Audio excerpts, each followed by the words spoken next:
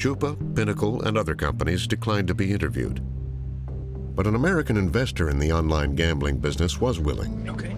Jeffrey Salvati owns a stake in 2 offshore gambling sites, YouBet and VitalBet.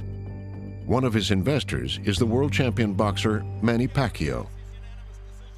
And where are they based offshore again? Actually, both are licensed out of the country of Curacao, which is completely legal, and both are actually run out of Bulgaria. A truly international operation. Absolutely. Why did you go to Curacao to get licensed? Just because it's most liberal. It's not most cost effective, but it is recognized. He said he's not worried about legalities because his sites don't take bets from the U.S. But he and his partners are looking beyond the world of offshore gambling.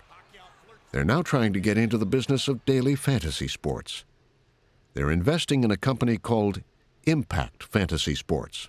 Impact Fantasy Sports has the ability to do games that aren't quite popular in the U.S. yet. Cricket, rugby, darts. You'd like to take fantasy sports and take it on a trial run in other countries, is that right?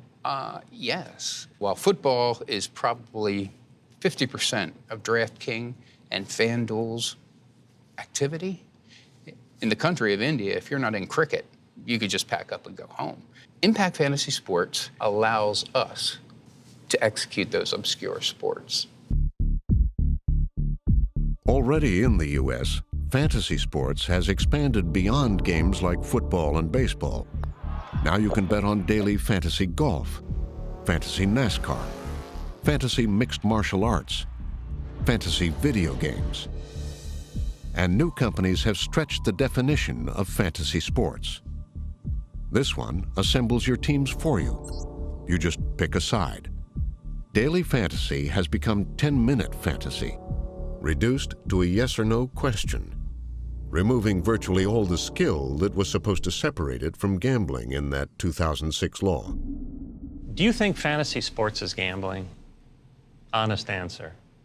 No, I don't believe it is. When you have to draft a roster of 8 guys, all from varying teams, and you're not placing a wager on a single guy or a single team, there is skill involved in fantasy. As there is in poker. As there is in poker. One is considered gambling, but one is not. I don't make those decisions. In 2006, the United States Congress carved out a piece of legislation that says fantasy sports is not gambling. I didn't make that decision. They did. We're playing by the rules, they make them.